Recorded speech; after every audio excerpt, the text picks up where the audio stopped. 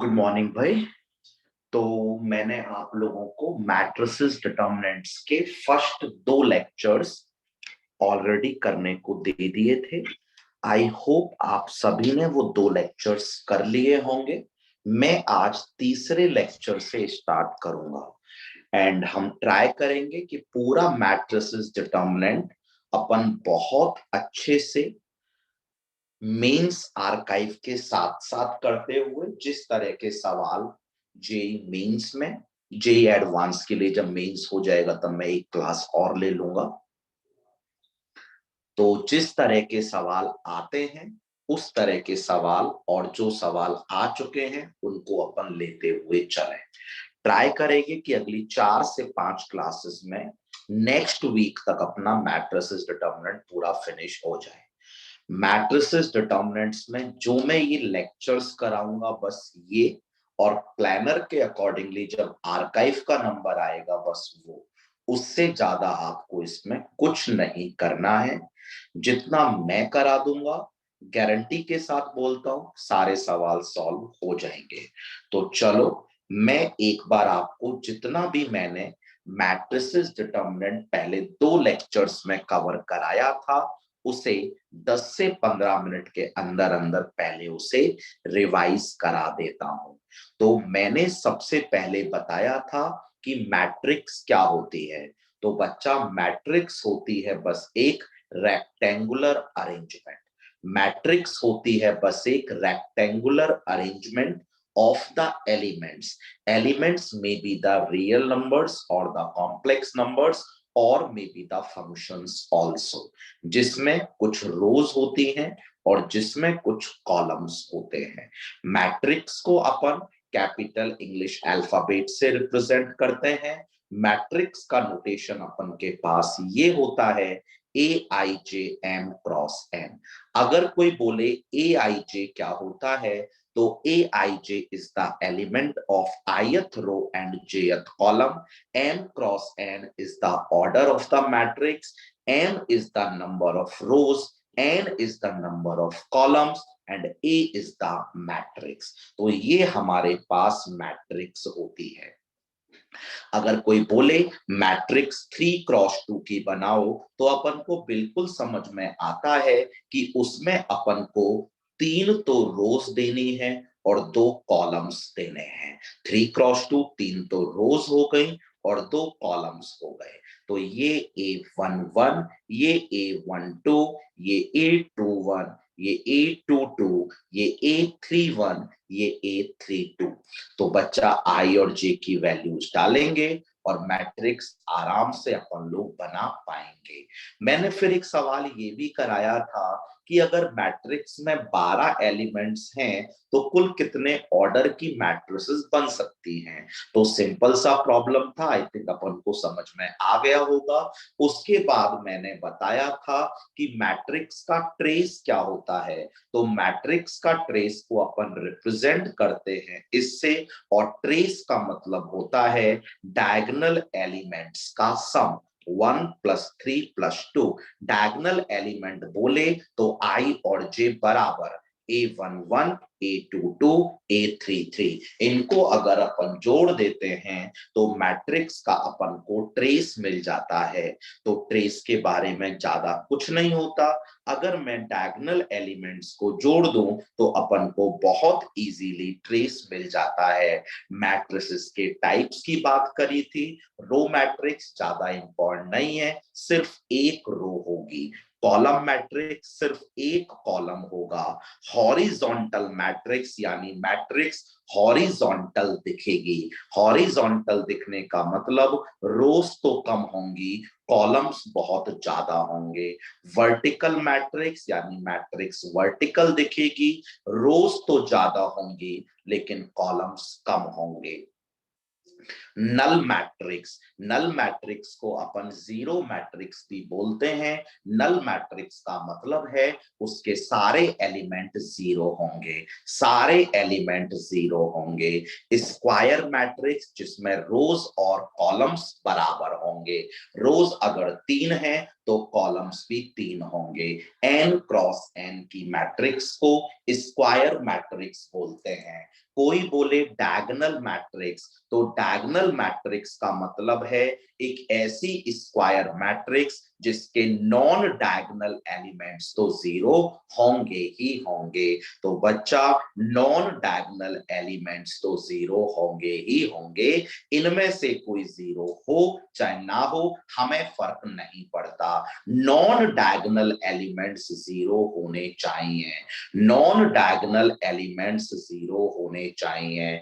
JEE एक representation use करता है, अगर जेई बोले a is equal to DIAG -231, इसका मतलब A एक डायगोनल मैट्रिक्स है जिसके डायगोनल एलिमेंट्स -2, 3 और 1 है, बाकी सब तो जीरो है ही है। अगर कोई ए डायगोनल मैट्रिक्स का डिटर्मिनेंट पूछे तो बस इन तीनों को मल्टीप्लाई कर देना।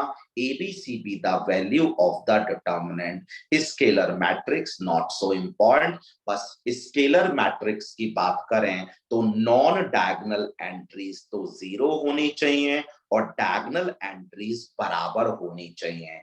के हो सकता है ये तीनों जीरो भी हो जाएं, हो सकता है ये तीनों 1 भी हो जाएं। That is about scalar matrix. Chat box का ऑप्शन आपके पास है, अगर आप कुछ भी पूछोगे तो मैं जरूर रिप्लाई करूंगा, कुछ फालतू बात करोगे तो मैं रिप्लाई नहीं करूंगा, और आपके फालतू बात के चक्कर में इंपॉर्टेंट बात भी मिस हो सकती है। आइडेंटिटी मैट्रिक्स, इसे अपन जनरली आई से डिनोट करते हैं। नॉन डायगोनल एंट्रीज तो जीरो होती हैं, बाकी डायगोनल एंट्रीज तीनों की तीनों 1 होती हैं। नॉन डायगोनल एंट्रीज तो जीरो होती हैं, डायगोनल एंट्रीज तो 1 1 होती हैं। अगर कोई बोले आई का डिटर्मिनेंट क्या होगा, तो आई का डिटर्मिनेंट 1 होगा। कोई बोले आई का ट्रेस क्या होगा, तो समझ में आ गया होगा, आई का ट्रेस, आई का ट्रेस, आई का ट्रेस n होगा। जितना उसका ऑर्डर होगा पता लग भी रहा होगा, यस भैया 1 1 1 को जोड़ेंगे तो आई का ट्रेस n होगा, आई का ट्रेस n होगा। अपर ट्रायंगुलर मैट्रिक्स, कभी कभी इससे सवाल पूछ लिया जाता है। अपर ट्रायंगुलर मैट्रिक्स, तो इसका मतलब है डायगोनल के नीचे वाले एलिमेंट्स जीरो होंगे। अपर बोले तो नीचे वाले जीरो होंगे। कोई बोले लोअर ट्रायंगुलर मैट्रिक्स, तो डायगोनल के ऊपर वाले एलिमेंट जीरो होंगे। हाँ, इस पर वो सवाल हमसे पूछ लेता है इनवॉल्यूटरी मैट्रिक्स, तो अगर एक मैट्रिक्स का स्क्वायर करने पर आई मिल जाता है, आइडेंटिटी मिल जाता है, तो हम उस मैट्रिक्स को इनवॉल्यूटरी मैट्रिक्स बोलते हैं। कोई बोलता है आइडम्पोटेंट मैट्रिक्स, अगर किसी मैट्रिक्स का स्क्वायर करने पर अगर वो खुद मैट्रिक्स मिल जाती है, तो ऐसी मैट्रिक्स को हम बोलते हैं आइडम्पोटेंट मैट्रिक्स। बोले तो निलपोटेंट मैट्रिक्स। तो बच्चा अगर अपन को ए मैट्रिक्स दी, अपन को ए मैट्रिक्स दी, अपन ने उसका ए स्क्वायर निकाला और ए स्क्वायर नल नहीं आया, ए क्यूब निकाला, ए क्यूब नल आ गया, इसका मतलब it is a nilpotent matrix of index 3। और ए क्यूब नल होगा तो उसके आगे आने वाली सारी पार्ट्स तो नल होंगी ही होंगी। मैंने आपको ए मैट्रिक्स दिया, उसका स्क्वायर किया, नल नहीं आया, ए क्यूब निकाला, नल नहीं आया, ए की पावर 4 निकाला, नल आ गया, तो it would be a nilpotent matrix of index 4। और ए की पावर 4 अगर नल है तो ए की पावर 5, 6, 7, 8 वो सब तो नल हो जाएंगे। यानी minimum value of n for which a की power n will become null is known as index of nilpotent matrix। इसके बाद था ऑर्थोगोनल मैट्रिक्स। इस पर हमसे वो सवाल पूछता है। ऑर्थोगोनल मैट्रिक्स का मतलब होता है कि अगर मैं ए को ए ट्रांसपोज से मल्टीप्लाई करूं और अगर अपन को आई मिल जाए तो हम उसे ऑर्थोगोनल मैट्रिक्स बोलते हैं। अब बोलोगे भैया ए ट्रांसपोज क्या होता है? मैंने आगे बताया हुआ है ए ट्रांसपोज क्या होता है। कोई बोले सिंगुलर मैट्रिक्स, तो सिंगुलर मैट्रिक्स का मतलब है कि उसका डिटर्मिनेंट 0 होगा। सिंगुलर मैट्रिक्स का मतलब है, कोई मेरे से बोल रहा है कि भैया हर मैट्रिक्स ऑर्थोगोनल मैट्रिक्स होगा। बिल्कुल नहीं होगा। मैट्रिक्स ऑर्थोगोनल तभी होगा जब उसका उसके ट्रांसपोज से मल्टीप्लिकेशन करने पर आई आए। ए को ए ट्रांसपोज से मल्टीप्लाई करने पर आई आए तभी ऑर्थोगोनल होगा। गिनी चुनी मैट्रिसेस होती हैं जो ऑर्थोगोनल मैट्रिसेस होती हैं। कोई बोले चेक करो ऑर्थोगोनल है या नहीं है, तो एक ही चेकिंग है, ए को ए ट्रांसपोज से मल्टीप्लाई करके देख लो। आई आता है तो ऑर्थोगोनल है, आई नहीं आता है तो बिल्कुल भी ऑर्थोगोनल नहीं है। इसके बाद हमारे पास आता है सिंगुलर मैट्रिक्स। तो कोई बहुत काम में आता है, बहुत ज्यादा काम में आता है सिंगुलर मैट्रिक्स। तो बच्चा अगर किसी मैट्रिक्स का डिटर्मिनेंट सॉल्व करने पर 0 आ जाता है तो वो मैट्रिक्स सिंगुलर होती है, और अगर 0 नहीं आता है तो वो मैट्रिक्स नॉन सिंगुलर होती है। ए मैट्रिक्स दी है स्क्रीन पर, उसका डिटर्मिनेंट निकाला, -12 आया, इसका मतलब ये नॉन सिंगुलर मैट्रिक्स है। अब बात करते हैं मैट्रिक्स की अलजेब्रा की। अलजेब्रा बोले तो दो मैट्रिक्स को ऐड कैसे करते हैं? अरे भैया दो मैट्रिक्स को ऐड करना तो बहुत ही सिंपल काम है। हम करस्पॉन्डिंग एलिमेंट्स को ऐड कर देंगे। इसको इसको इसको इसको इसको इसको अपन करस्पॉन्डिंग एलिमेंट्स को ऐड कर देंगे। 0, 2, 6, 4, 2, 1 करस्पॉन्डिंग एलिमेंट्स को ऐड कर देंगे। सब्ट्रैक्शन ऑफ टू मैट्रिसेस, अरे भैया करस्पॉन्डिंग एलिमेंट्स को सब्ट्रैक्ट कर देंगे 1 - 0। अरे भैया आसान है। इसके बाद है multiplication of a matrix bye a scalar. अगर अपन किसी मैट्रिक्स को 5 से मल्टीप्लाई करें तो इसका मतलब उस मैट्रिक्स का हर एलिमेंट 5 से मल्टीप्लाई हो जाएगा। तो बच्चा अगर ए ये है तो एक बार देख लो मैंने 5a क्या लिखा है। बोलो समझाऊं या समझ में आ गया? हर एलिमेंट 5 से मल्टीप्लाई हो चुका है। हर एलिमेंट 5 से मल्टीप्लाई हो चुका है। इसके बाद है transpose of a matrix. Transpose को अपन रिप्रेजेंट किससे करते हैं वो आपने देख लिया होगा। ट्रांसपोज किसी भी मैट्रिक्स का लिखने के लिए रोज को कॉलम बना दो, कॉलम्स को रोज बना दो। तो बच्चा मैंने ए मैट्रिक्स दी है, अगर मुझे इसका ट्रांसपोज लिखना है तो बहुत ही आसान है। 1 2 3 जो ये लिखा है उस 1 2 3 को ऐसे लिख दिया। जो 4 5 6 लिखा है उस 4 5 6 को ऐसे लिख दिया। जो 7 8 9 लिखा है उस 7 8 9 को ऐसे लिख दिया। तो यस भैया हम ट्रांसपोज आराम से ले पाएंगे। और इतना पता है अगर किसी मैट्रिक्स का ऑर्डर 3 क्रॉस 2 है, अगर अपन उसे ट्रांसपोज कर देंगे तो उसका ऑर्डर विल बिकम 2 क्रॉस 3। यहां तक कोई डाउट है तो जल्दी से बोल दो। हाँ भाई, इसके बाद अपन ने बात की थी trace of A is equal to trace of A transpose. Yes भैया, ये तो बहुत ही सिंपल बात है। ए का जो ट्रेस होगा ए प्लस ई प्लस आई, वही ए ट्रांसपोज का ट्रेस भी होगा ए प्लस ई प्लस आई। ए प्लस ई प्लस आई ट्रेस बहुत आसान है, कोई बहुत बड़ा काम नहीं है। जब हम ट्रांसपोज लेते हैं तो रोज कॉलम्स बनते हैं, कॉलम्स रोज बनते हैं, लेकिन डायगोनल एलिमेंट्स चेंज नहीं होते हैं, तो ट्रेस तो चेंज नहीं होगा। बिल्कुल ठीक बात है भैया। हम ए का डिटर्मिनेंट लें या ए ट्रांसपोज का डिटर्मिनेंट लें, वो दोनों बराबर आते हैं। ये मैंने सब कुछ एग्जांपल्स ले लेके वेरीफाई करा दिया था।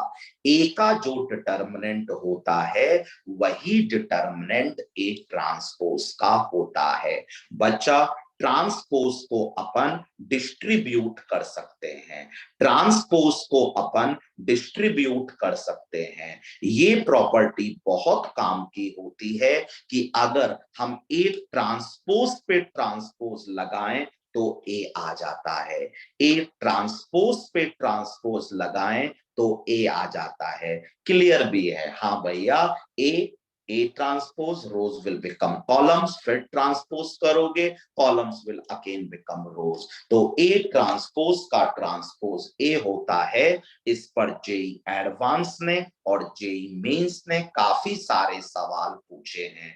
भैया क्या पूछे हैं बच्चा? उसने पूछे हैं कि ट्रांसपोज को हटाओ, तो कोई बोले ट्रांसपोज को कैसे हटाओ, तो मैं बोलता हूं कि ट्रांसपोज को कभी हटाना है तो उस पर एक बार और ट्रांसपोज चढ़ा दो। जब भी किसी भी सवाल में ट्रांसपोज को हटाना हो, जब भी किसी भी सवाल में ट्रांसपोज को हटाना हो, तो एक बार दोनों तरफ फिर से ट्रांसपोज लगा देना।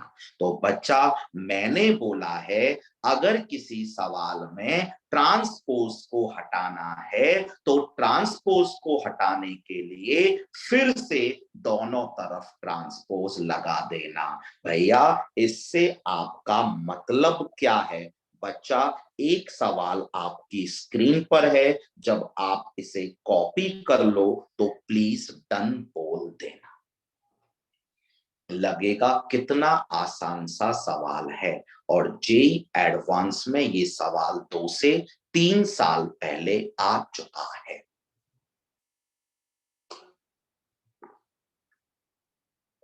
सवाल को कॉपी करो जब डन बोल देना।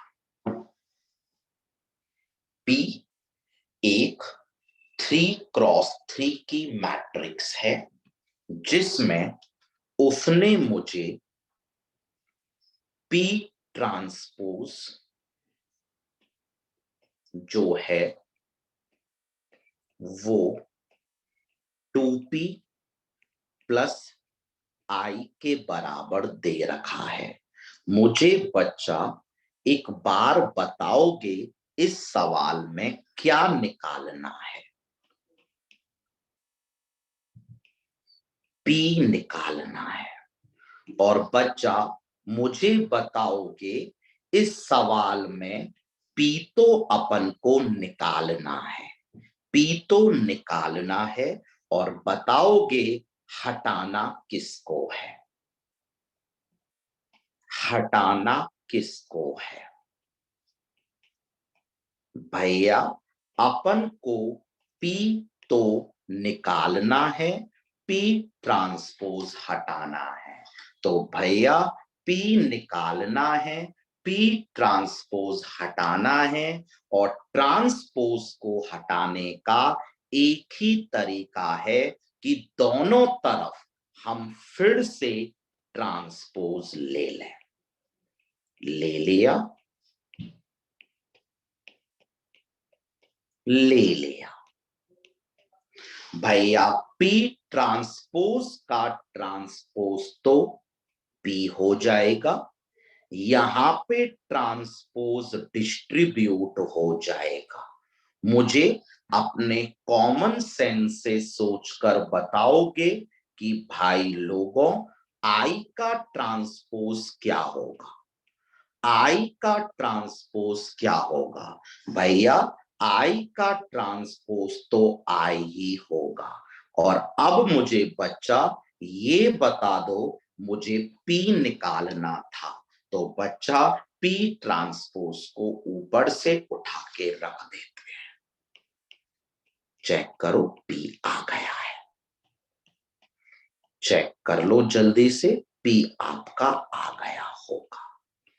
चेक कर लो, P इक्वल टू -I आया या नहीं आया। आप एडवांस की आर्काइव उठा के देखना, एडवांस में ये सवाल आ चुका है। सवाल में कुछ भी नहीं होता, मेंस में भी आ सकता है क्योंकि कुछ भी नहीं है। मैंने बोला अगर कभी ट्रांसपोज को हटाना हो तो दोनों तरफ एक बार और ट्रांसपोज ले लो, ट्रांसपोज हटता है, दोबारा बनता है तो दोबारा रिप्लेस कर दिया जाता है। I am waiting for 10 to 15 seconds. अगर कुछ भी पूछना है तो जरूर पूछ लो, नहीं तो मैं आगे बढ़ रहा हूं।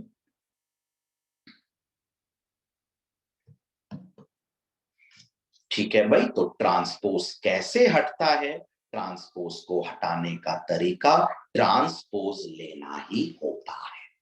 ट्रांसपोज को हटाने का तरीका ट्रांसपोज लेना ही होता है। कोई बोल रहा है लास्ट स्टेप कैसे आया?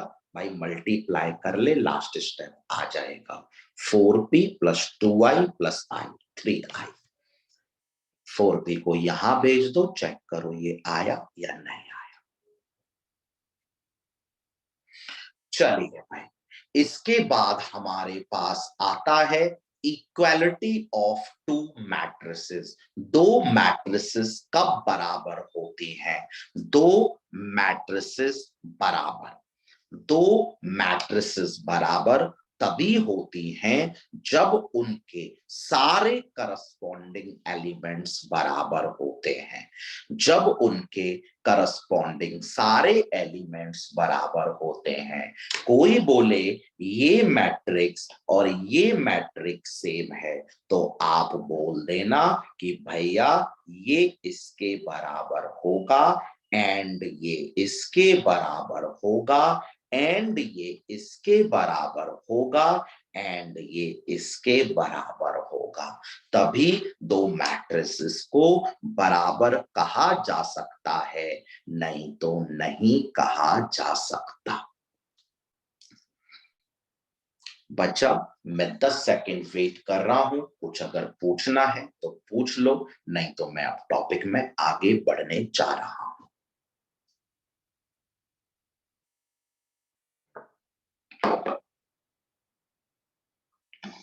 ठीक है भाई, multiplication of to matrices. Multiplication of to matrices. कोई मेरे से बोले कि दो मैट्रिसेस को मल्टीप्लाई करो, तो लिखिए भाई, A B can only be defined. A B सिर्फ तभी डिफाइंड होता है, A B can only be defined when order of A is m cross n and order of B is n cross p। बच्चा दोबारा बता देता हूं, ए का ऑर्डर m क्रॉस n हो और बी का ऑर्डर n क्रॉस p हो, यानी ये और ये अगर मैच करेंगे तभी ए बी निकलेगा, नहीं तो ए बी नहीं निकलेगा। अगर अब ये जो ए बी निकलेगा उसका ऑर्डर m क्रॉस p होगा। तो बच्चा मल्टीप्लाई कैसे करेंगे, that is the different thing. Multiply कब करेंगे? तो बच्चा ये दोनों मैच करने चाहिए। अगर मैच करते हैं तो ही मैट्रिक्स का मल्टीप्लिकेशन किया जा सकता है, और मैट्रिक्स को मल्टीप्लाई करने पर जो रिजल्टिंग मैट्रिक्स आती है उसका ऑर्डर ये होता है। बच्चा मुझे जल्दी से एक बात बताओ, अगर ए 2x3 है और बी 3x2 है, बताओ ए बी निकलेगा या नहीं निकलेगा? यस भैया, ए बी बिल्कुल निकलेगा, क्योंकि ये और ये मैच कर रहे हैं, और ए बी का जो ऑर्डर होगा वो 2x2 होगा। ए बी का जो ऑर्डर होगा वो 2x2 होगा।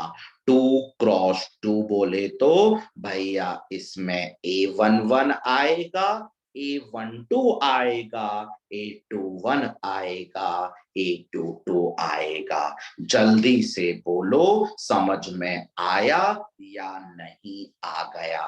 अरे भैया बिल्कुल आ गया। बच्चा मुझे बताओगे, ए का ऑर्डर 2x3 है, बी का ऑर्डर 2x4 है, तो ए बी निकलेगा या नहीं निकलेगा?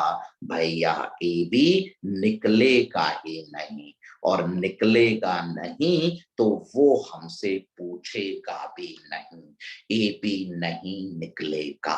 I am waiting for 10 seconds. अगर कुछ पूछना है तो पूछ लो, नहीं तो फिर मैं आगे बढ़ रहा हूं। नहीं पूछना। चलिए भाई, अब अगर हमसे कोई बोलता है कि भैया दो मैट्रिसेस को मल्टीप्लाई कैसे करते हैं, अगर कोई हमसे बोलता है कि हम दो मैट्रिसेस को मल्टीप्लाई कैसे करते हैं, तो मैं उन्हें सबसे पहले बोलता हूं कि जो मैट्रिक्स का मल्टीप्लिकेशन होता है वो रो कॉलम वाइज होता है।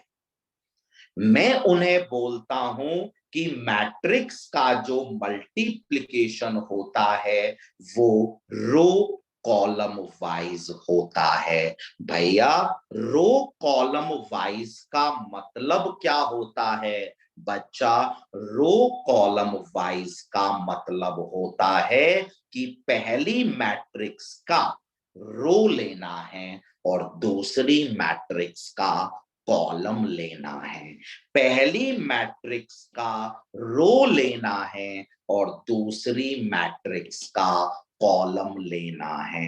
That is the meaning of row column wise. पहली मैट्रिक्स का रो, दूसरी मैट्रिक्स का कॉलम।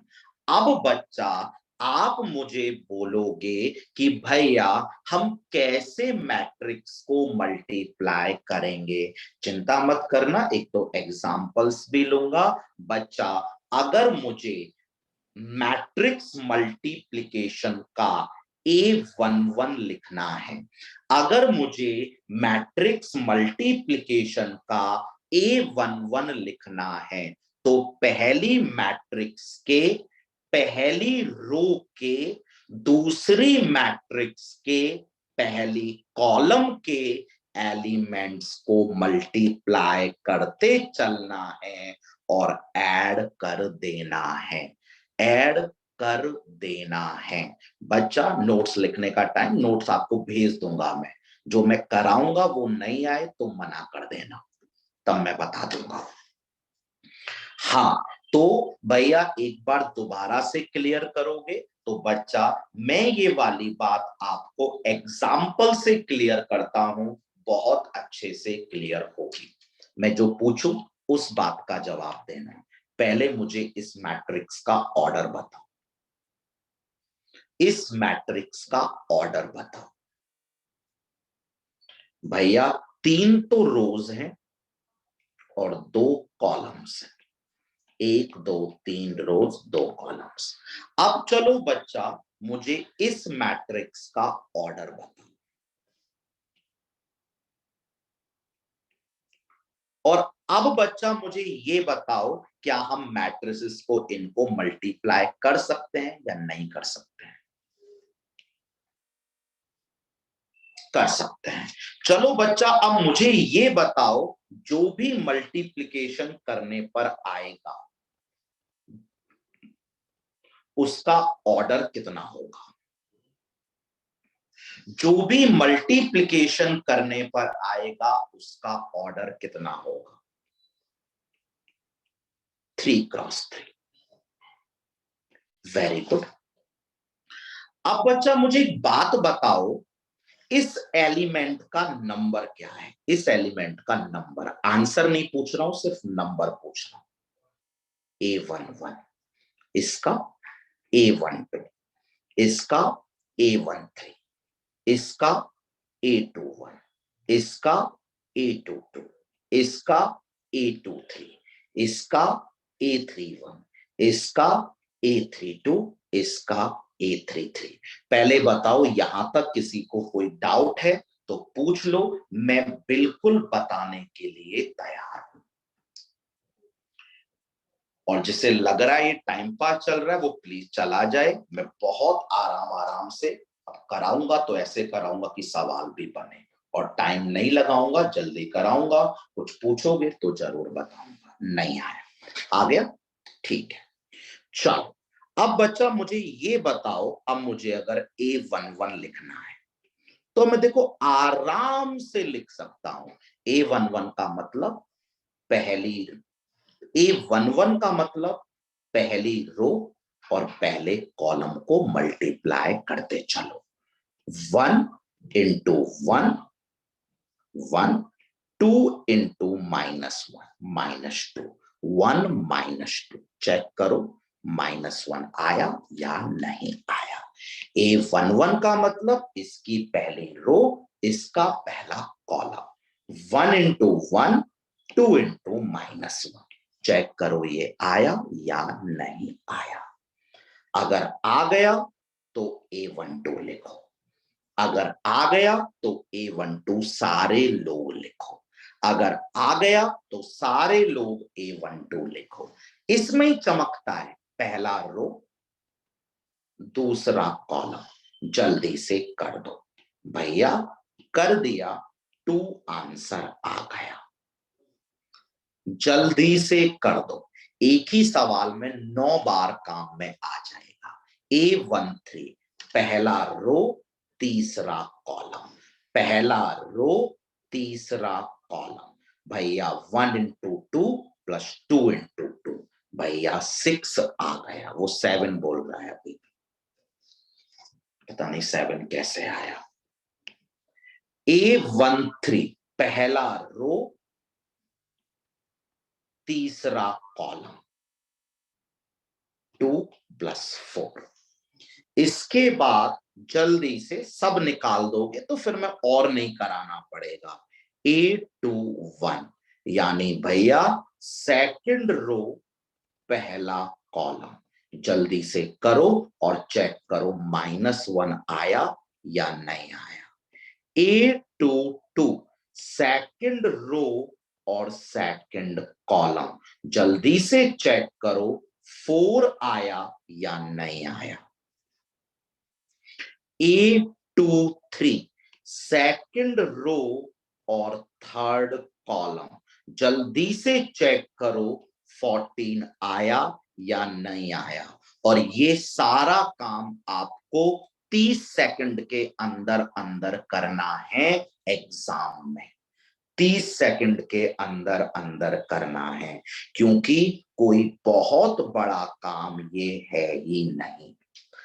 हाँ भाई, A31 तीसरी रो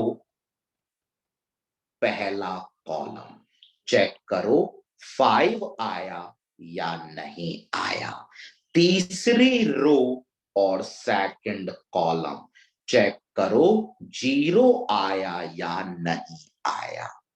A33 तीसरी रो तीसरा कॉलम, चेक करो 10 आया या नहीं आया, और बस अब तो इन्हें कॉपी करते चलो, इन्हें कॉपी करते चलो।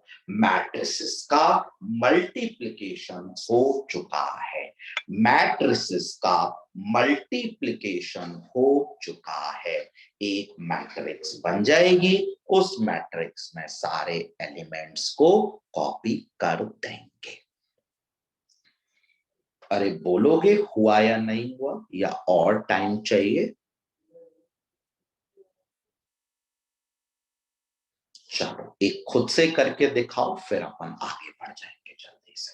मैं भी करूंगा, आप भी करोगे, थोड़ा जल्दी करेंगे तो बेटर रहेगा।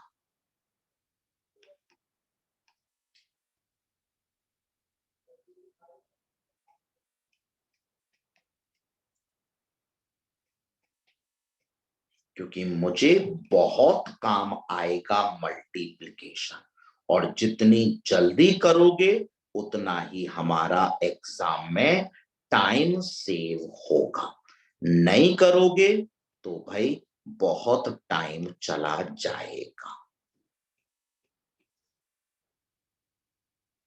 बहुत जरूरत पड़ती है, मैं भी करूंगा, आप भी करो, बेटर रहेगा अगर अपन जल्दी से कर दें। और अब कोई बोलेगा नहीं, मैच कराएंगे, और मैं चाहूंगा जल्दी से आप लोग सारे लोग कर दो।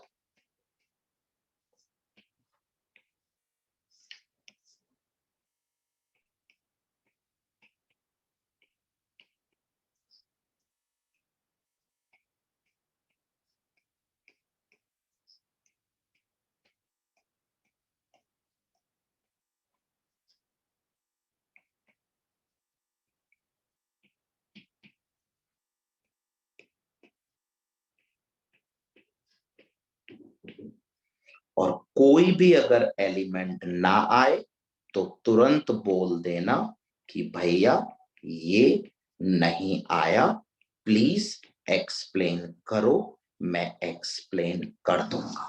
मैं करने जा रहा हूं, आई होप अब तक आपने कर लिया होगा। A11 पहली रो पहला कॉलम, चेक करो A11 -2 आ रहा है या नहीं आ रहा है। A12 पहली रो दूसरा कॉलम, चेक करो 1 आ रहा है, गलत कर रहा हूं, पहली रो दूसरा कॉलम 1 आ रहा है। A13 पहला रो तीसरा कॉलम, -1 +1 0 0 आ रहा है। A21 दूसरा रो पहला कॉलम, चेक करो 11 आ रहा है या नहीं आ रहा है। A22 second row second column, check करो 8 आ रहा है या नहीं आ रहा है। A22 सेकंड तो कर दिया। A23 सेकंड रो तीसरा कॉलम, बच्चा -2 -1 3 0 आ रहा है। A31 तीसरा रो पहला कॉलम, 0 +4 4 आ रहा है। A32 तीसरा रो दूसरा कॉलम, -1 आ रहा है। A33 तीसरा रो और तीसरा कॉलम, बच्चा 1 -2 -1 आ रहा है या नहीं आ रहा है। I can wait for 20 to 30 seconds। आपको सारे निकालने हैं। अगर कोई डाउट है किसी पर्टिकुलर एलिमेंट में तो पूछ लेना है, मैं एक्सप्लेन कर दूंगा। कैलकुलेशन ढंग से करोगे तो ढंग से ही आंसर आएगा, नहीं करोगे तो गलत आएगा।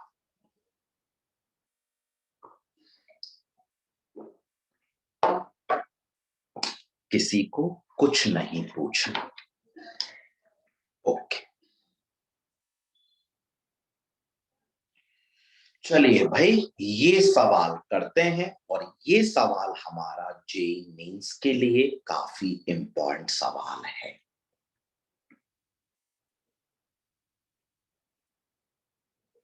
जब सवाल कॉपी हो जाए तो डन बोल देना, और किसी को दिक्कत है तो बता देता हूं, कोई बताएगा आई हमारे पास क्या है।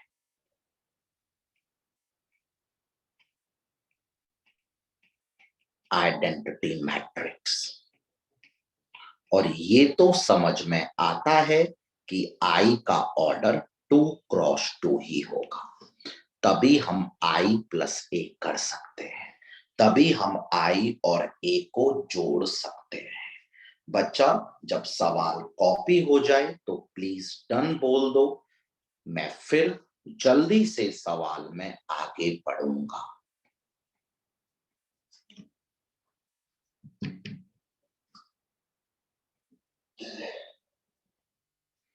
लेफ्ट हैंड साइड की बात कर रहा हूं। लेफ्ट हैंड साइड की बात करने के लिए पहले तो मुझे आई बता दो भैया। 1 और 1 तो डायगोनल होंगे, बाकी बचे 0 होंगे। This is I. तो बच्चा, मुझे चेक करके बताओ, लेफ्ट हैंड साइड में उसने लिख रखा है आई प्लस ए, और ए उसने मेरे को दिया हुआ है। यस भैया, हम जोड़ देते हैं। 1 plus 0 1, -10 alpha by 2 plus 0, 10 alpha by 2 plus 0, और भैया 0 प्लस 1। चेक करो आई प्लस ए अपना ये है या नहीं है।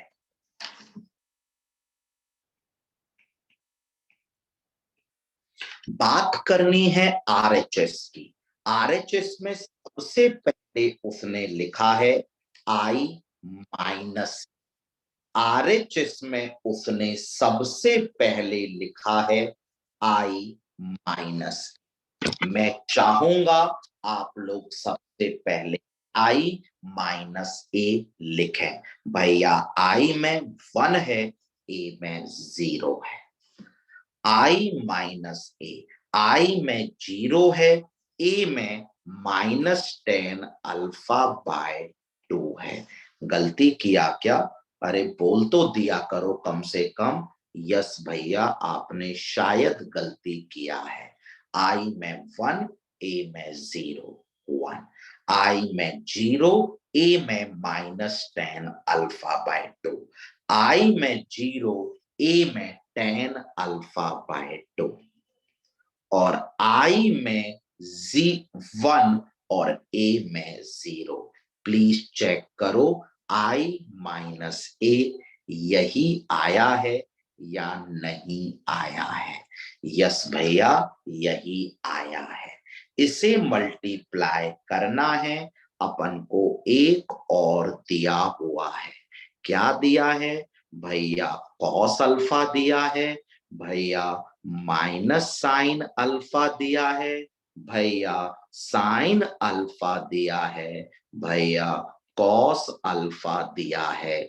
मेरी सारी बच्चा पार्टी मुझे बताएगी क्या मैं इन दोनों को मल्टीप्लाई कर सकता हूं या नहीं कर सकता हूं।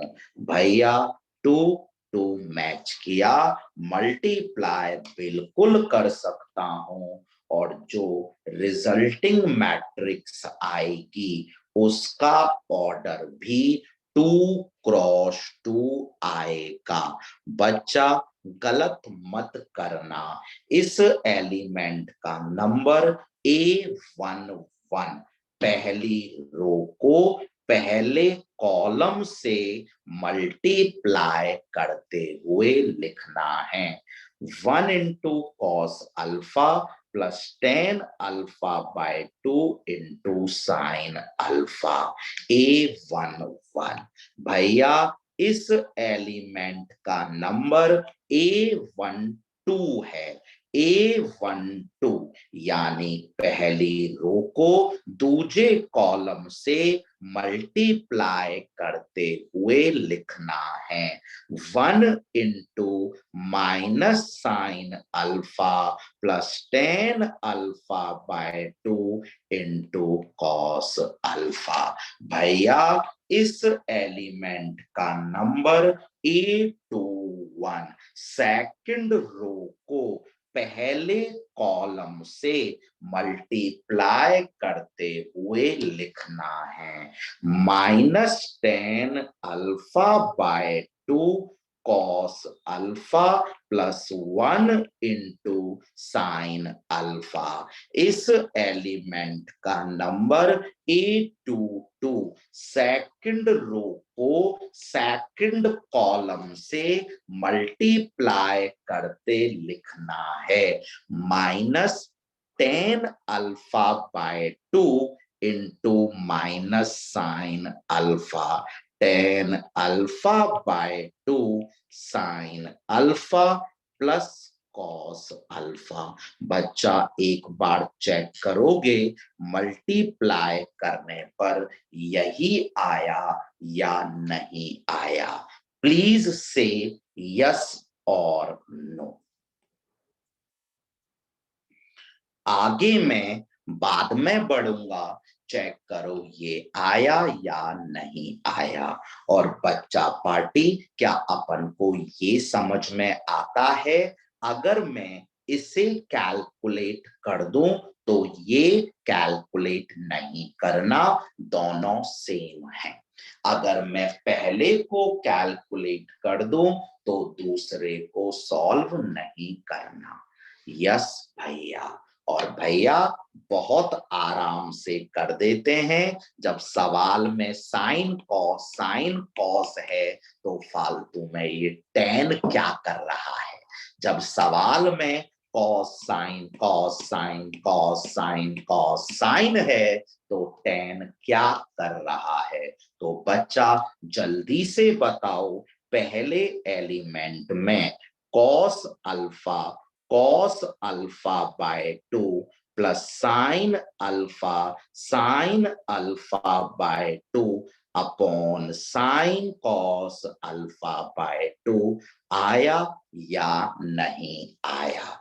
भैया साइन नहीं, भैया नहीं नहीं नहीं नहीं नहीं नहीं नहीं नहीं।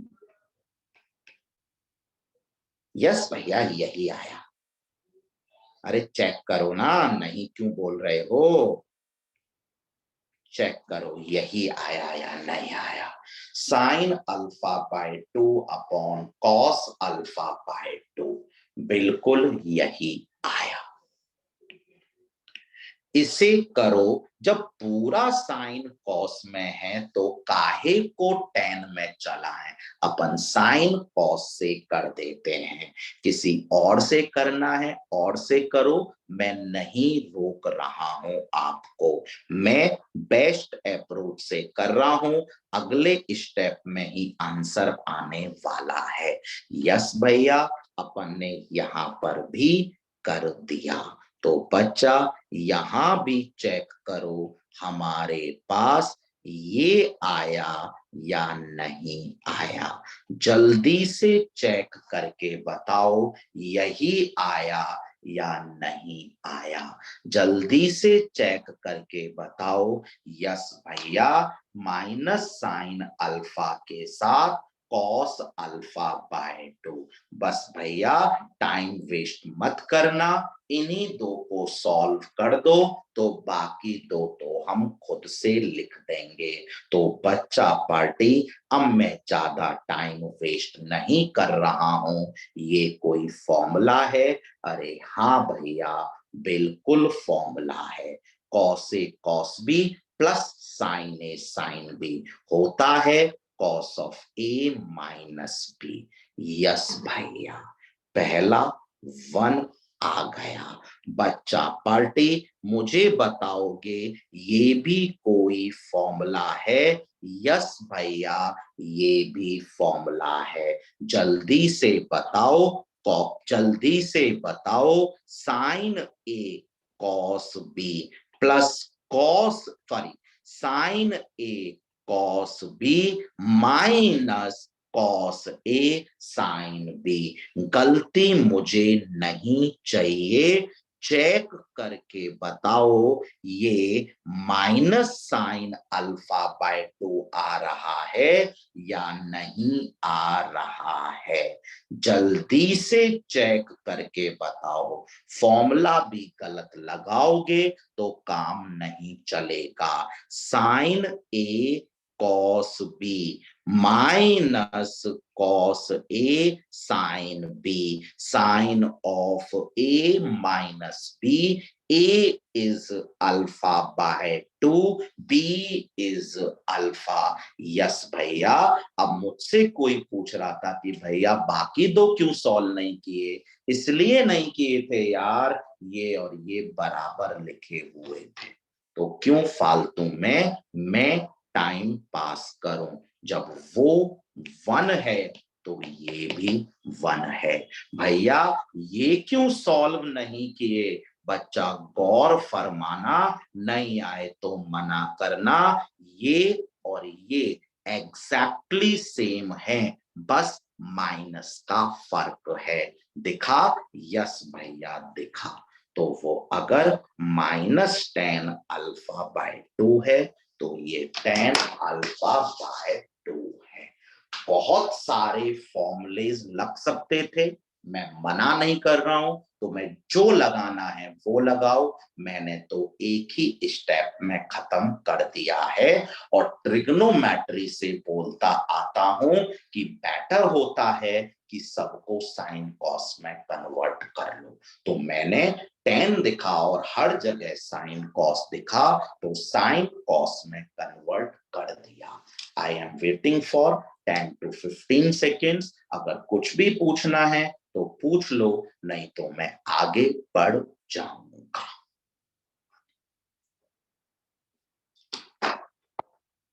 That is all about the matrix multiplication. Matrix को मल्टीप्लाई कैसे करते हैं, मैट्रिक्स को मल्टीप्लाई कैसे करते हैं। और आई थिंक कॉपी करने का काफी टाइम दे दिया है, मुझे लगता नहीं है कॉपी करने में कोई दिक्कत आई होगी। मैं वैसे ही बहुत स्लो चलता हूं।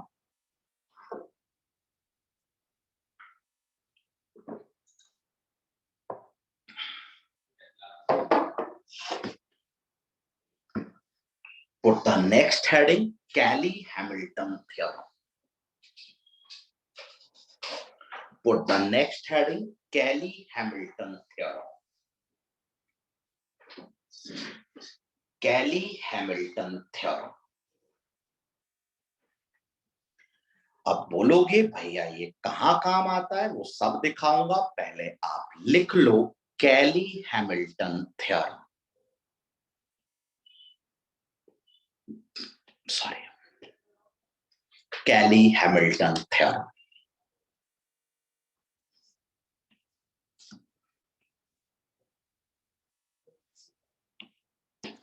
लिख लिया क्या भाई?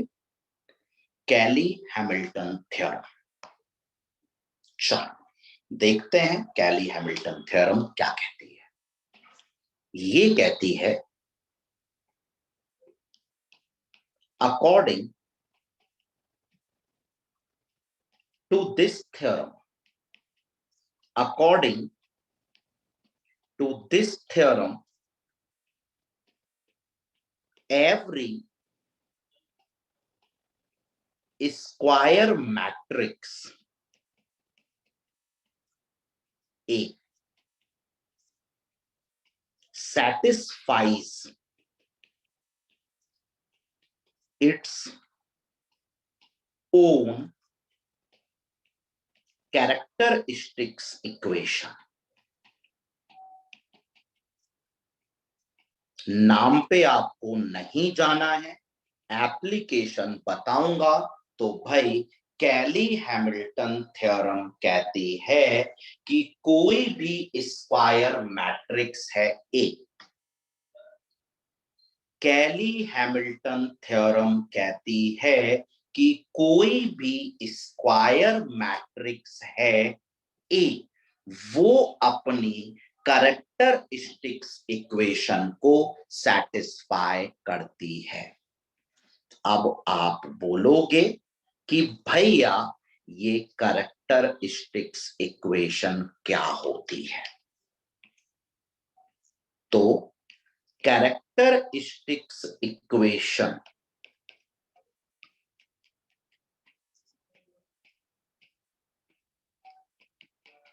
Of a square matrix A is given by बस यही काम का है, is given by determinant of A minus lambda I is equal to 0। तो बच्चा पार्टी कैली हैमिल्टन थ्योरम कहती है कि कोई भी स्क्वायर मैट्रिक्स जो होती है ए, वो इस इक्वेशन को सेटिस्फाई करती है। A will satisfy this equation. A will satisfy this equation. A इसे सेटिस्फाई करेगा। कैसे करेगा वो मैं अभी बताऊंगा। A will satisfy this equation. A इसे सेटिस्फाई करता है। ए इसे सेटिस्फाई करता है। अब आप बोलोगे कि भैया ये पढ़ा क्यों रहे हो? तो बच्चा क्यों पढ़ा रहा हूं देख लो। To obtain a relation between higher parts of A. To obtain a relation between higher parts of A, चलो ठीक है, या फिर to obtain a relation between A inverse and A, इसके बारे में नेक्स्ट क्लास में बताऊंगा। To obtain a relation between A inverse and A, लिखा दिया, बिल्कुल समझ में नहीं आया, एग्जाम्पल से समझ में आएगा। बट पहले बताओ यहां तक आप सबने लिख लिया या नहीं लिखा? चलो अब मैं इस एग्जाम्पल से एक्सप्लेन करने का ट्रिक नहीं लिखा। लिखो भाई, नहीं लिखा तो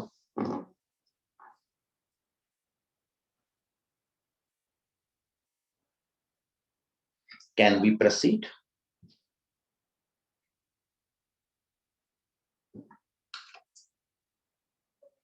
चलिए भाई, चलिए भाई, पहले ये सवाल कॉपी कर लो। जब सवाल कॉपी हो जाए तो डन बोल देना।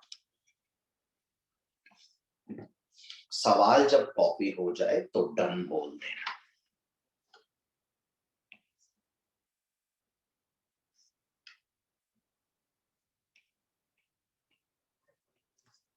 एक ए मैट्रिक्स दी है, लिख लिया। चलो बच्चा, अब एक बात मुझे ये बताओ,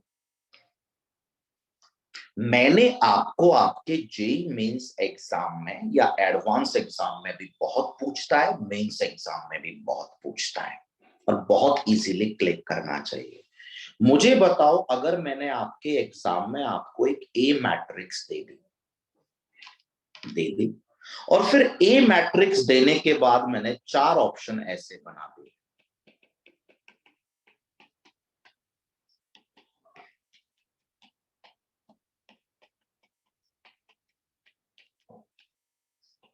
ऐसे 4 ऑप्शन मैंने आपके लिए बना दिए, आप बताओ आप किससे इसे करके आओगे? आपको कौन सी अप्रोच सबसे पहले आती है? हमें कौन सी अप्रोच आती है? अपन ने कौन सी अप्रोच पढ़ी है इसके लिए? तो इसके लिए अपन ने शायद ये पढ़ी है कि ए दिया है, ध्यान से सुनना, ध्यान से, ए दिया है तो ए के बाद ए स्क्वायर निकालोगे। आई थिंक 30-40 सेकंड ले जाएगा, बिल्कुल ले जाएगा। ए स्क्वायर से ए क्यूब निकालोगे तो ए स्क्वायर निकाला और फिर ए क्यूब निकला, 30-40 सेकंड ये भी ले जाएगा। ए क्यूब के बाद फिर अपन ने ऑप्शन से 27a या 23a निकाला, फिर अपन ने ऑप्शन में 40 आई है, कहीं 45 आई है, वो निकाले और फिर ऑप्शन से करना। मुझे तो लगता है लेंदी हो जाएगा, क्या आपको भी लग रहा है लेंदी हो जाएगा? टाइम कंज्यूमिंग अप्रोच है। अब अपन को एग्जाम में क्या क्लिक करना चाहिए कि भैया यहां पर ए की हायर पार में डीलिंग करवा रहा है, ए की हायर पार में डीलिंग करवा रहा है, हायर पार में रिलेशन की बात कर रहा है। तो भैया चलो एक बार ऐसा करते हैं, जो आपने बताया उससे करके देखते हैं ना। आपने बताया determinant of a minus lambda I is equal to 0। तो बच्चा जल्दी से मुझे a माइनस लैम्डा आई लिख के बताओ, मैं लिख रहा हूं, नहीं आए तो तुरंत से मना कर देना।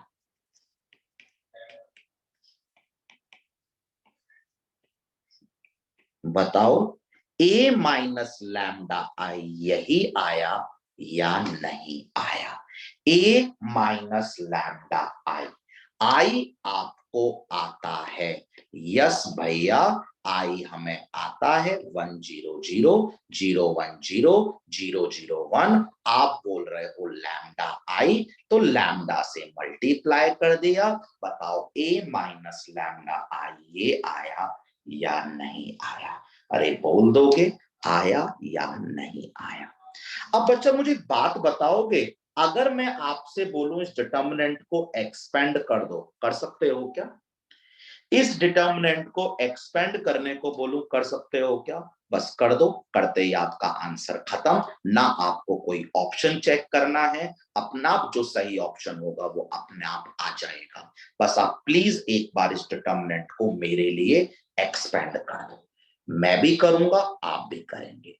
जितना टाइम आप इस डिटर्मिनेंट को एक्सपेंड करने में लगाओगे, उतना ही टाइम सवाल को सॉल्व करने में लगेगा।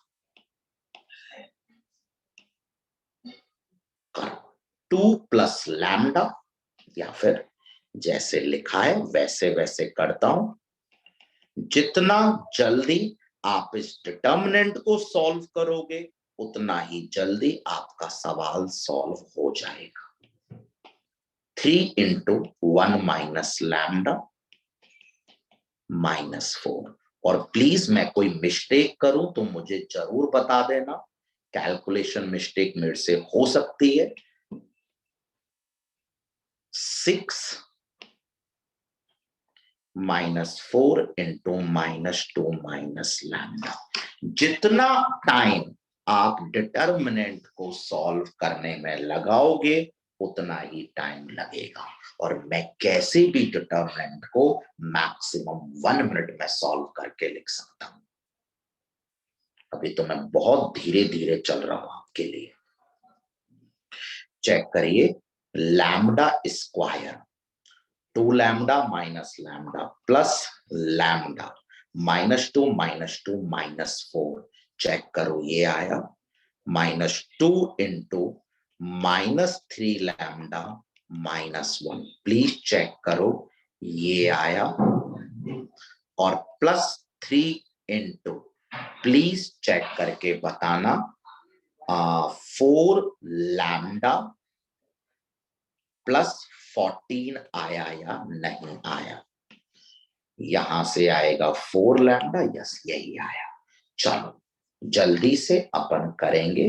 1 को करा lambda square plus lambda -4, minus lambda को किया minus lambda cube minus lambda square plus 4 lambda, -2 को किया 6 लैम्डा +2, 3 को किया 12 लैम्डा +42 इक्वल टू 0। चेक कर लेते हैं क्या अपन को मिल रहा है। मुझे एक तो मिला minus lambda cube, lambda square cancel हो गया, lambda +4 lambda 5 lambda +6 lambda 11 lambda. एक बार चेक करना 23 लैम्डा आ रहा है क्या, वही गलती हो गई थी, वो 27A नहीं था, वो 23A था। एक बार सवाल को इंप्रूव कर लेना, ये सवाल होगा। चलो एक बार चेक करना +23 लैम्डा आ रहा है क्या, और एक बार कांस्टेंट टर्म बताओगे, कांस्टेंट टर्म कितनी आ रही है, +40 इज इक्वल टू 0। तो ये आ गई अपनी क्या, कैरेक्टरिस्टिक्स इक्वेशन।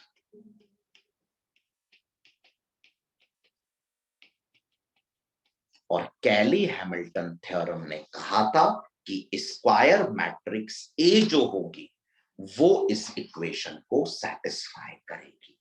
तो लैम्डा की जगह ए डाल देते हैं, लैम्डा की जगह ए डाल देते हैं, लैम्डा की जगह ए। और 40 को तो 40i लिखना पड़ेगा क्योंकि मैट्रिसेस में डीलिंग चल रही है। चेक करो डायरेक्टली जो ऑप्शन में रिलेशन है वही रिलेशन आ गया या नहीं आया। जो रिलेशन ऑप्शन में है बताओ वही रिलेशन आपके पास आया या नहीं आया। आपका बहुत टाइम सेव करा लेगा ये तरीका, आपका बहुत टाइम सेव करा लेगा ये तरीका। और बता दिया कैसे सवाल आपके जेईई मेंस में आता है। सवाल ए देगा और ए देने के बाद ऑप्शंस में ए की हायर पार्ट्स में 4 रिलेशन लिख देगा। बेटा बोल तो रहा हूं कैसे आएगा, सुनते नहीं हो। ए मैट्रिक्स दे देगा और ए मैट्रिक्स देने के बाद ए मैट्रिक्स देने के बाद ए मैट्रिक्स देने के बाद ऑप्शन में हायर पार में 4 रिलेशन लिख देगा। आपको बताना है कौन सा रिलेशन सही है। अगर आप अपनी नॉर्मल अप्रोच से जाओगे तो यकीनन इस सवाल को सॉल्व करने में आप 11 से 12 मिनट लगा दोगे। अगर कैली हैमिल्टन से जाओगे तो इस अप्रोच को सॉल्व करने में उतना टाइम लगेगा जितना आप डिटर्मिनेंट को एक्सपेंड करने में लगाते हो, 1 मिनट से ज्यादा नहीं लगेगा। तो ये लैम्डा में आ गई कैरेक्टरिस्टिक्स इक्वेशन, ये लैम्डा में आ गई कैरेक्टरिस्टिक्स इक्वेशन। और अब अपन इसे, मैंने बोला था कि कैरेक्टरिस्टिक्स इक्वेशन को उसकी मैट्रिक्स ए सेटिस्फाई करती है, तो मैंने उसे सेटिस्फाई करा दिया है, लैम्डा की जगह ए डाल दिया है। अब कोई बोल रहा है आई कहीं भी लगा सकते हैं, बच्चा आई पता है ना, कहीं भी लगाओ कोई फर्क नहीं पड़ेगा, लेकिन 40 के साथ तो आई आएगा ही आएगा। This is a matrix, this is a matrix, तो ये भी एक मैट्रिक्स होनी चाहिए। You will directly get the relation. बेटा सेटिस्फाई कराने का मतलब यही तो है ना कि लैम्डा की जगह ए डाल देंगे। क्या होता है सेटिस्फाई कराने का मतलब? एक्स की जगह ए डाल देते हैं, यहाँ लैम्डा की जगह ए डाल देंगे। कैली हैमिल्टन यही कहता था कि लैम्डा की जगह ए डाल देना, लैम्डा की जगह ए डाल देना।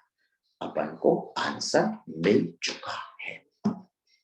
बताओ भाई कोई डाउट है या दोबारा बताओ, समझ में आ गया या नहीं आया? रिपीट मैं नहीं करने वाला, इसमें मैंने ऐसा कुछ भी नहीं किया। क्या करते हो तुम लोग इसमें बताओ, क्या रिपीट करो? बस ये लगाना है, डिटर्मिनेंट को एक्सपेंड करना है, एक्सपेंड कर यहाँ पे लैम्डा की जगह ए डाल देना है, कुछ किया ही नहीं। अब तुम ये भी याद नहीं रखोगे तो मैं कुछ कर नहीं सकता, फिर मैं बोलूंगा जैसे आप लोग करते आए हो, जैसे आपको कहीं भी कराता हुआ है, आप वैसे ही कर लो, लगा लो 15 मिनट सवाल में। मैं कुछ नहीं कह रहा आपसे। एक सवाल मैं इसका आपको नेक्स्ट क्लास में कराऊंगा जब मैं इनवर्स पढ़ लूंगा। इनवर्स में और ए में रिलेशन निकालने के लिए भी हम इसे यूज करते हैं। कैन वी प्रोसीड नाउ, या अभी भी कोई डाउट रह गया है आपका?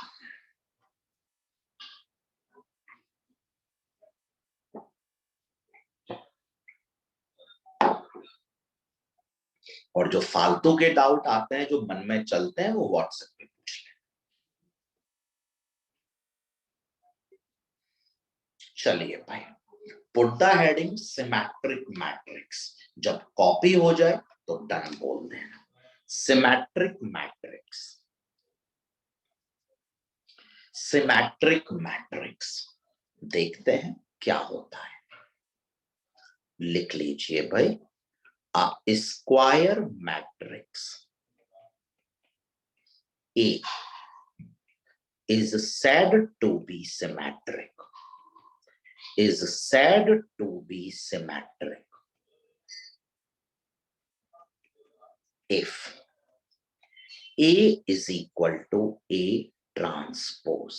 अगर A और A ट्रांसपोज सेम है तो हम उस मैट्रिक्स को सिमेट्रिक मैट्रिक्स कहते हैं।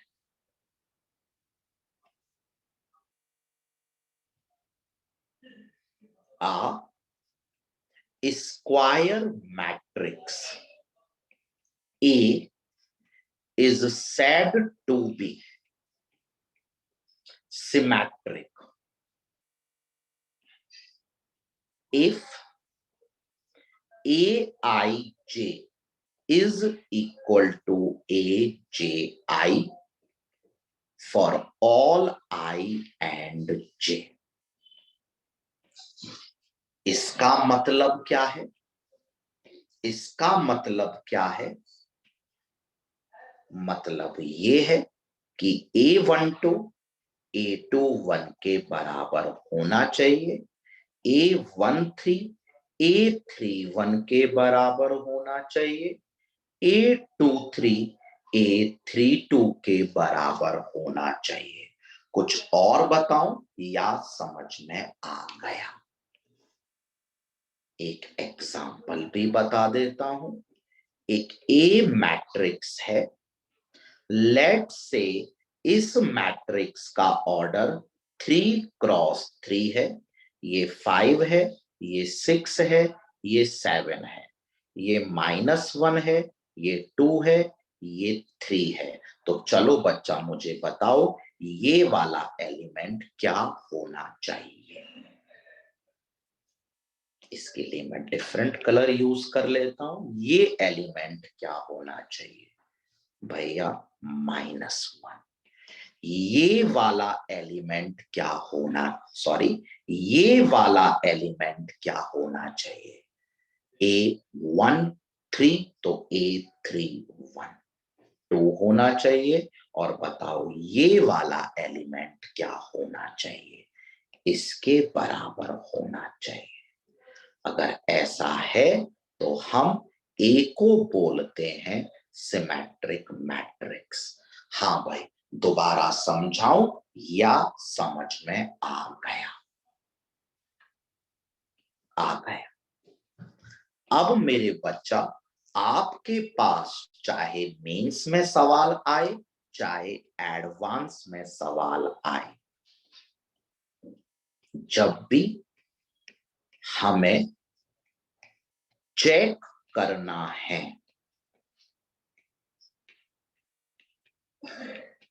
कि मैट्रिक्स सिमेट्रिक है या नहीं,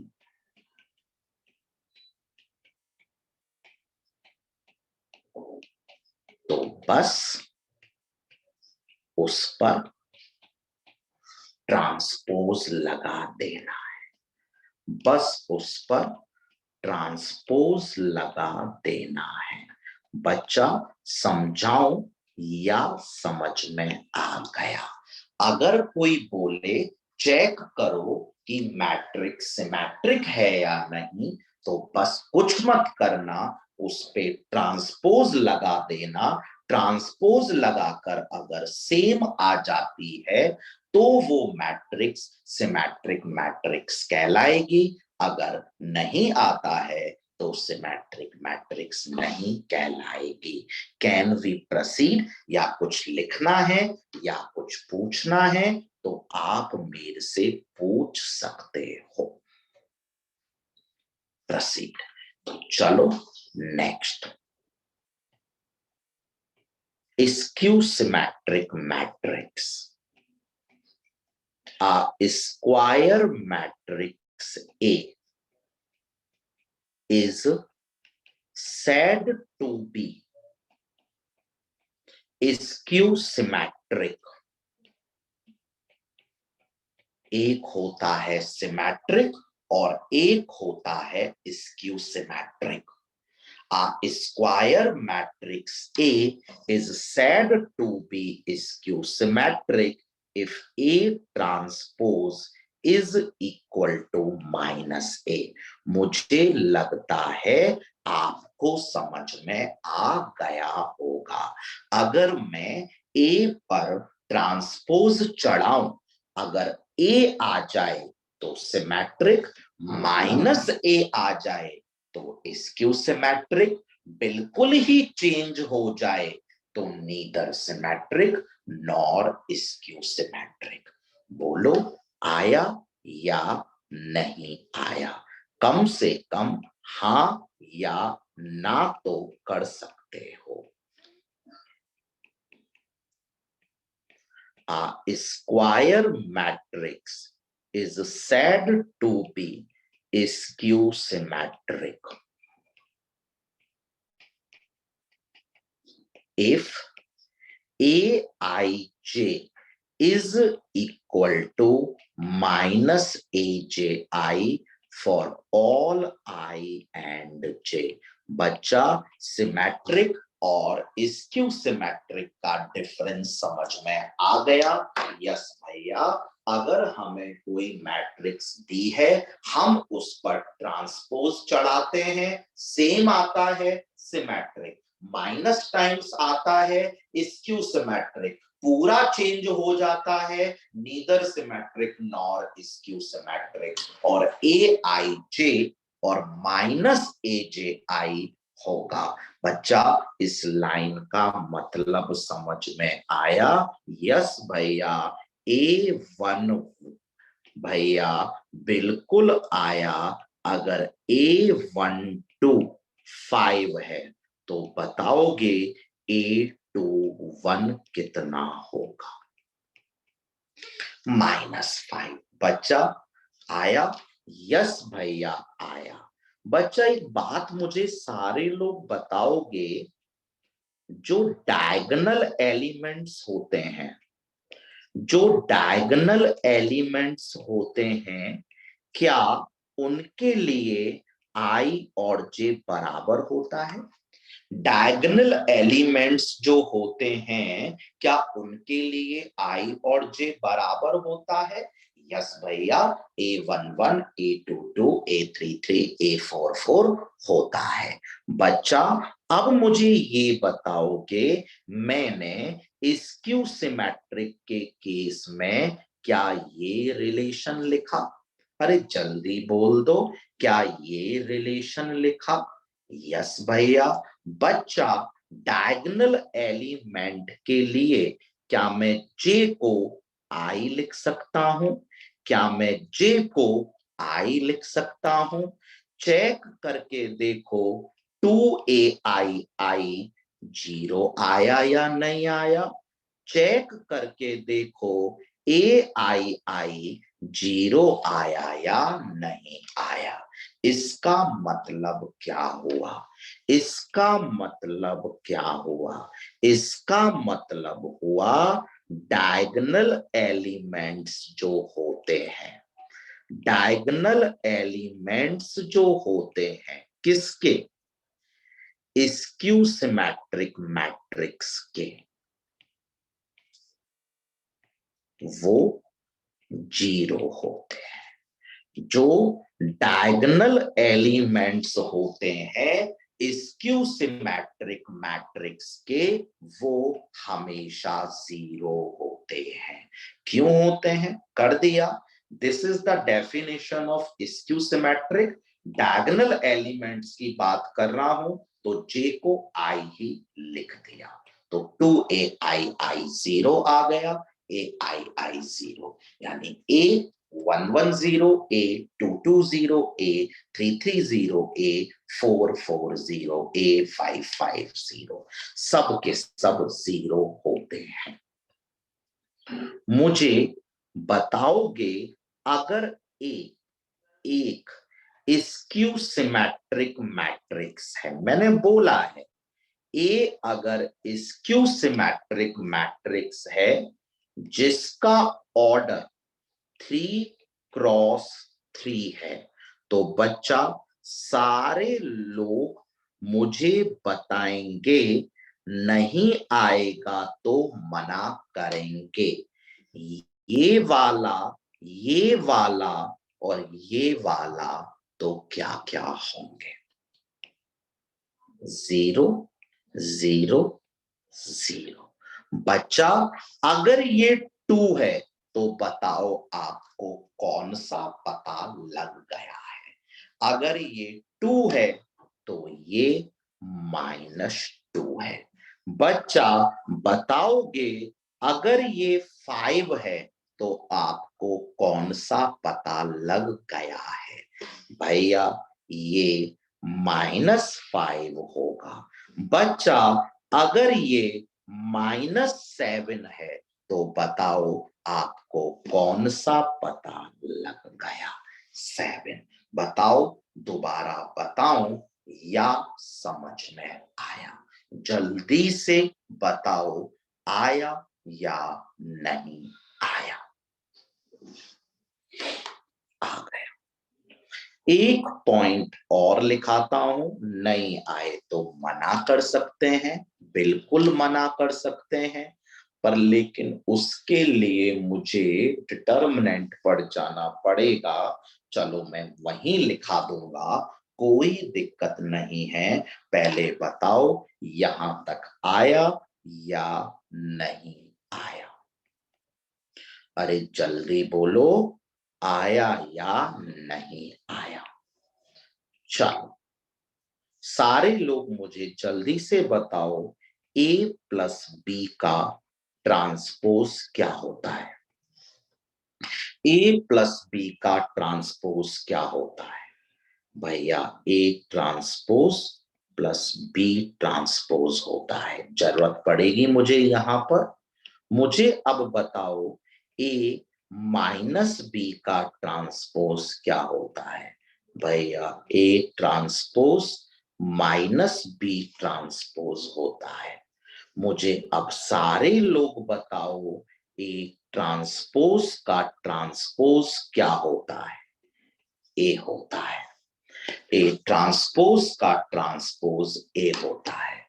अब मुझे ये बताओ, कोई हमसे बोले ए बी का ट्रांसपोज क्या होता है, तो बच्चा क्या होना चाहिए? ए बी का ट्रांसपोज, ए बी का transpose B transpose A transpose होता है। इसे अपन बोलते हैं रिवर्सल लॉ ऑफ ट्रांसपोज, इसमें गलती मत करना, गलती कर दी पूरा आंसर रॉन्ग हो जाएगा। इसे हम बोलते हैं रिवर्सल लॉ ऑफ ट्रांसपोज। बच्चा कोई अगर आज के बाद पूछे एबीसी का ट्रांसपोज क्या होगा, तो बताओ क्या होना चाहिए? C transpose, B transpose, A transpose. अब प्रूफ कैसे करा, मैं प्रूविंग पे नहीं जा रहा हूं, बस होता है, वेरीफाई कर सकते हैं अपन लोग इस चीज को। गलती मत करना, गलती मत करना। चलो let's revise symmetric and skew symmetric part. मुझे पहले तो सारे लोग ये बताओ, अगर मैंने आपको एग्जाम में एक मैट्रिक्स दी, अब बोलोगे सवाल कैसे आएगा, तो सवाल बिल्कुल क्लियर होता है। एक मैट्रिक्स देता है, मैट्रिक्स देने के बाद ऑप्शन में लिखा होता है कि ये सिमेट्रिक है, ये स्क्यू सिमेट्रिक है, ये neither symmetric nor skew symmetric है। तो बच्चा बताओगे सिमेट्रिक स्क्यू सिमेट्रिक के लिए आप सबसे पहले उस मैट्रिक्स का क्या ले लोगे? भैया हम उसका ट्रांसपोज ले लेंगे। अगर सेम आ जाता है तो सिमेट्रिक, माइनस टाइम्स आ जाता है स्क्यू सिमेट्रिक, पूरा चेंज हो जाता है neither symmetric nor skew symmetric. बच्चा सिमेट्रिक मैट्रिक्स में, अगर ध्यान से सुनना क्या बोल रहा हूं, ध्यान से सुनो, अगर इस सिमेट्रिक मैट्रिक्स की बात करें, सिमेट्रिक मैट्रिक्स की बात करें, तो बच्चा अगर A125 है तो बताओ A21 क्या होगा? अगर A125 है तो A21 क्या होगा? 5। और अगर स्क्यू सिमेट्रिक है तो A125 है तो A21 क्या होगा? -5। अगर स्क्यू सिमेट्रिक मैट्रिक्स है तो उसके डायगोनल एलिमेंट्स क्या होंगे? अगर मैट्रिक्स स्क्यू सिमेट्रिक है तो उसके डायगोनल एलिमेंट्स होंगे 0। That's all about symmetric and skew symmetric. छोटा सा एग्जांपल ले रहा हूं, इसे करते हैं। अगली क्लास में, एक या दो क्लास में थ्योरी, फिर अगली 3-4 क्लास लेने की बोल रहा हूँ, 4 या 5 अगले वीक में खत्म कर दूंगा। तो थ्योरी खत्म करते ही ढेर सारे आर्काइव के सवाल ही मैं आपको सॉल्व करा दूंगा। अगर आप रिवाइज करके आओगे, अगर आप इसे पढ़ के आओगे, दोबारा वीडियो देखने की जरूरत नहीं है, वीडियो देखने की जरूरत नहीं है। सवाल कॉपी हो जाए तो प्लीज डन बोल देना, सवाल जब कॉपी हो जाए तो डन बोल देना।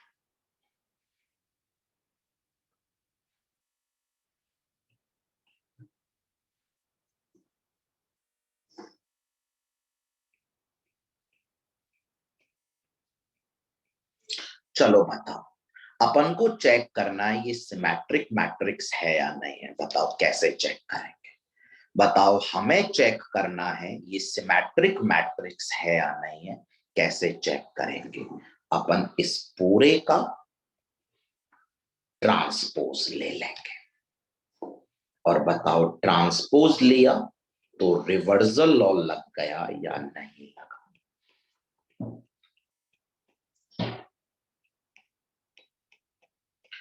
चेक करो सेम आ गया क्या?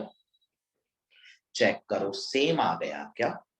सेम आ गया, इसका मतलब ये अपन की सिमेट्रिक मैट्रिक्स है। पूछता है जेई मेन सवाल, पूछता है, हम ये भी नहीं करके आते हैं एग्जाम में, हम ट्रांसपोज लेते हुए घबराते हैं एग्जाम में। बस ट्रांसपोज लेना है, ले लिया, सेम आ गया, सिमेट्रिक मैट्रिक्स है। Can we proceed now?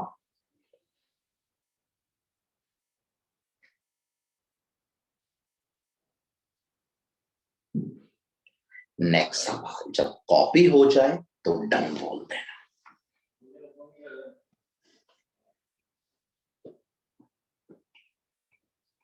जब कॉपी हो जाए तो डन बोल देना।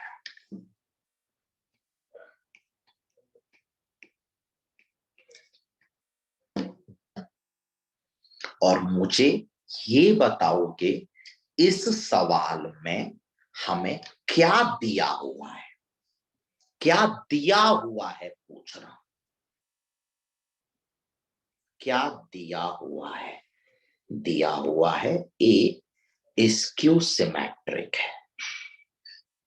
अच्छे से बताओ क्या दिया हुआ है, अच्छे से बताओ क्या दिया हुआ है भैया। A transpose equal to -a दिया हुआ है, ये दिया हुआ है,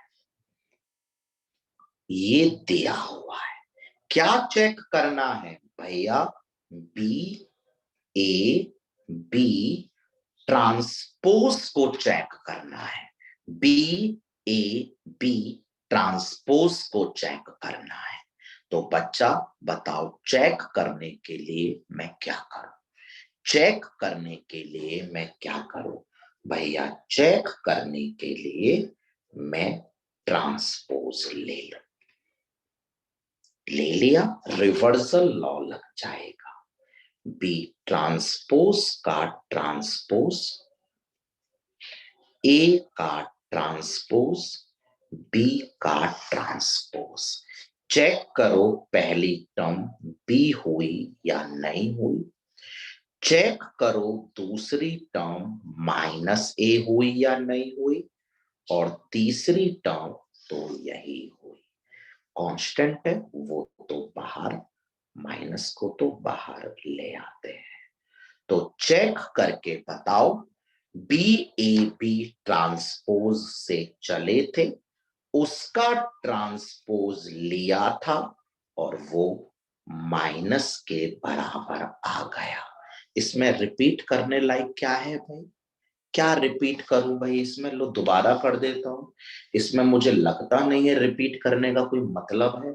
उसने बोला इसे चेक करो, तो इसे चेक करना है, तो चेक करने का एक ही तरीका है, जिसे चेक करना है उसका ट्रांसपोज ले लेना है। रिवर्सल लॉ अभी बताया, पहले बी ट्रांसपोज का ट्रांसपोज, फिर ए का ट्रांसपोज, फिर बोलते हो स्लो चलता हूं मैं, है ना? मुझे पता है स्लो चलना पड़ता है तुम लोगों के लिए, कोई नहीं, आपके मार्क्स आने चाहिए, यहां से पढ़कर आए कहीं और से पढ़कर आए, मुझे कोई दिक्कत नहीं है।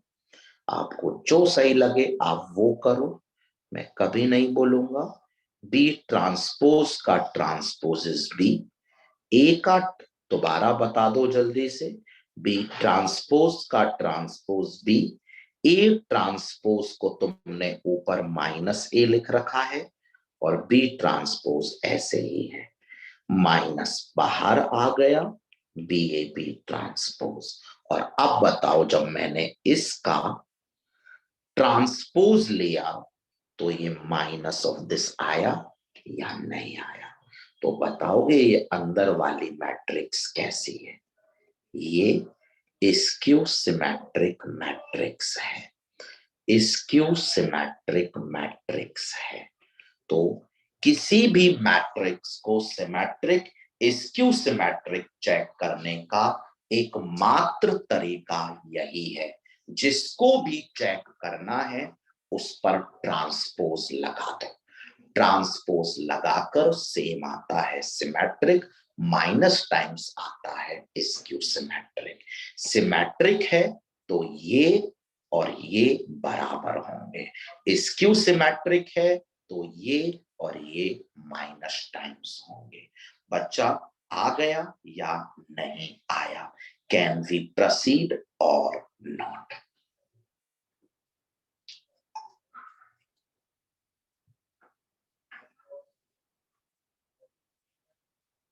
इसके बाद हमारे पास एक टर्म होती है that is minor of a determinant, minor of a determinant. Minor of a determinant. देखते हैं क्या होता है माइनर ऑफ अ डिटर्मिनेंट। तो लिखिए minor of any element Aij is represented by Mij। तो Aij का माइनर Mij होता है। तो बच्चा पार्टी मुझे बताओ के A13 के माइनर को मैं क्या लिखूं। M13 Aij के माइनर को बहुत आसान है, बहुत ज्यादा आसान है। Aij के माइनर को Mij लिखते हैं। अब ये होता क्या है, तो बच्चा माइनर ऑफ एनी एलिमेंट, कोई भी एलिमेंट है Aij, is the value of determinant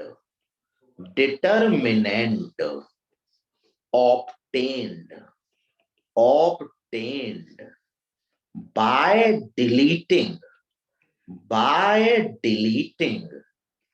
ith row and jth column।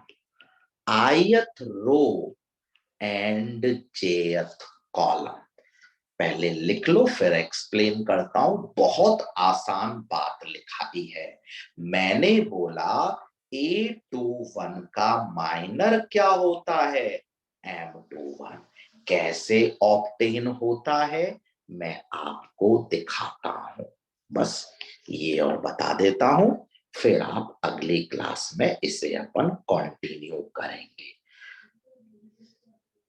अगर और पेस तेज करना है तो मेरे को बोल देना, मैं और तेज कर दूंगा। फिर कोई प्लीज रिपीट मत बोलना, रिपीट करो बोलोगे तो वो और स्लो हो जाएगा।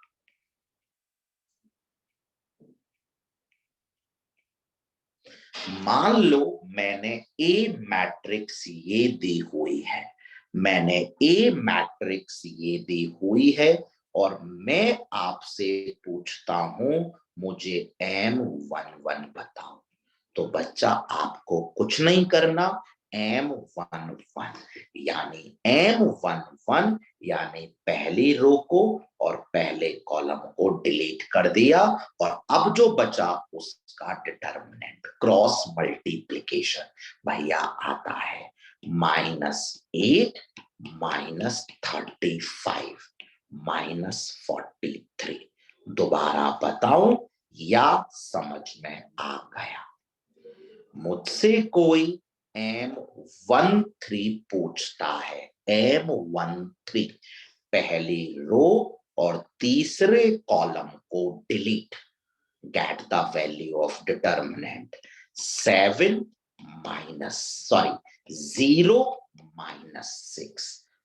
-6 कोई बोले M22 यानी सेकंड रो को डिलीट और सेकंड कॉलम को डिलीट, जो बचा उसमें डिटर्मिनेंट का आंसर क्रॉस मल्टीप्लिकेशन का आंसर -8 -18। एक भी आंसर सही नहीं दे रहे हो। M32 यानी third row delete second column delete, जो बचा that would be the cross multiplication answer of determinant 5 -0 5। बताओ भाई आया या नहीं आया?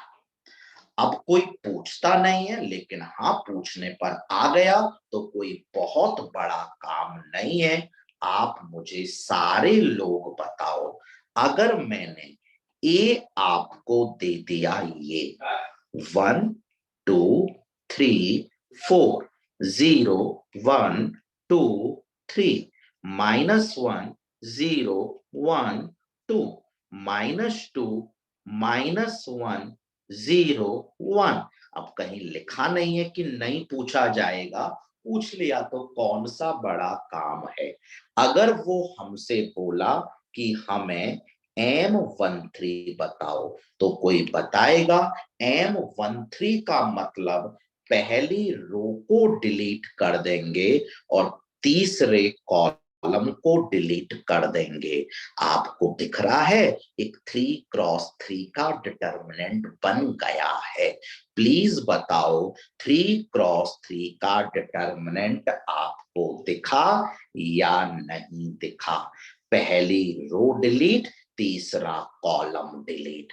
3x3 का डिटर्मिनेंट दिख गया 0 1 3 -1 0 2 -2 -1 1। जो भी आंसर आएगा दैट वुड बी M13। बताओ समझ में आया या नहीं आया। वो तो अब इसे एक्सपेंड करके देख लेना। M13 पहला रो डिलीट, तीसरा कॉलम डिलीट, जो डिटर्मिनेंट बचता है उसका answer is known as minor. बताओ माइनर समझ में आ गया या नहीं आया। माइनर के आगे अगली क्लास में कोफैक्टर, कोफैक्टर आएगा तो एडजॉइंट और एडजॉइंट आएगा तो इनवर्स। ऐसे ऑर्डर में ये टॉपिक चलेगा। minor is related to cofactor, cofactor is related to adjoint and adjoint is related to inverse. That will be the order। हम ट्राई करेंगे कि थ्योरी अगली क्लास में खत्म कर दें और 3 क्लास अपन सिर्फ प्रॉब्लम सॉल्विंग की लगा लेंगे। हाँ तो बच्चा ये हमारे पास है, पेज तेज हो सकती है, लेकिन फिर अगर किसी ने रिपीट बोला तो आई वांट रिपीट, मैं पहले ही बोल दे रहा हूँ। फिर घर जाके वीडियो में रिपीट करके देख लेना। ठीक है भाई, चलो मेरी तरफ से एक आज की क्लास खत्म है।